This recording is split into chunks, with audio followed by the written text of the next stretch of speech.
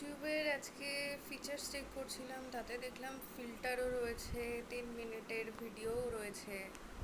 তো ভাবলাম কিছু একটা রেকর্ড করি। আমি নিজেও জানি না আমি এটা আদৌ পোস্ট করবো কিনা বা কি করব। হ্যাঁ, এখন 2:30 বাজে, দুপুরবেলা। আর প্রজেক্ট লিখতে লিখতে বোর হয়ে গেছিলাম, সেই জন্যেই আমি আরও ক্যামেরাটা অন করলাম।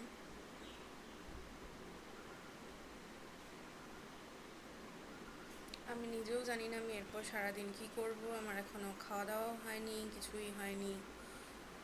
ইনফ্যাক্ট কি করে ব্লগ করতে হয়, কি করে ভিডিও বানাতে হয়, আই হ্যাভ নো আইডিয়া। আমি জানিও না এটা আমি আদৌ পোস্ট করব কি না। র্যান্ডামলি চলে এসেছি। আমি পাটনাতে থাকি। সকালবেলা বেশ ভালোই বৃষ্টি পড়ছিল, ওয়েদারটা বেশ ভালো হয়ে গেছে, মানে অ্যাজ পার দ্য ওয়েদার, মানে as per the summer weather এখনও অবধি পাটনার ওয়েদার খুবই ভালো রয়েছে, যেটা আনএক্সপেক্টেড। কারণ গত বছর আমরা এই সময় এখানে ছিলাম এবং এখানে গত বছরেও এই টাইমে লু চলেছে, কুলার কাজ করেনি, ভীষণ একটা মেসি সিচুয়েশান। বিশেষ করে আমরা যেখানে ড্রাই ওয়েদারে অভ্যস্ত নই, আমাদের কাছে ভীষণ প্রবলেমেটিক, আমার কাছে ভীষণ প্রবলেমেটিক হয়ে যায় পার্সোনালি। কারণ আমি নিজে ভীষণ হেলদি এবং তার জন্যে আমার প্রবলেমও হয়।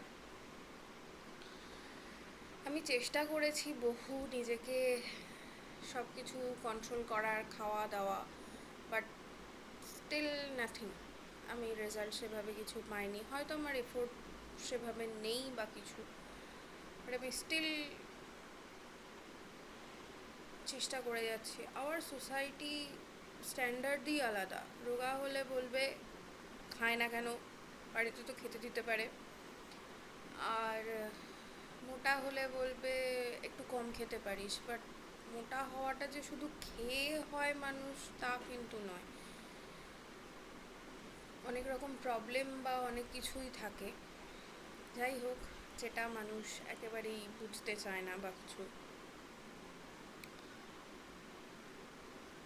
আমি কয়েকদিন ধরে মেনলি আমি কথাগুলো বলছি কারণ আমি ভীষণ পাজলড অ্যান্ড ডিপ্রেসড যে আমি কি করব কি না করব। কারণ আমার লাইফে প্রচুর প্রবলেম, সবার লাইফেই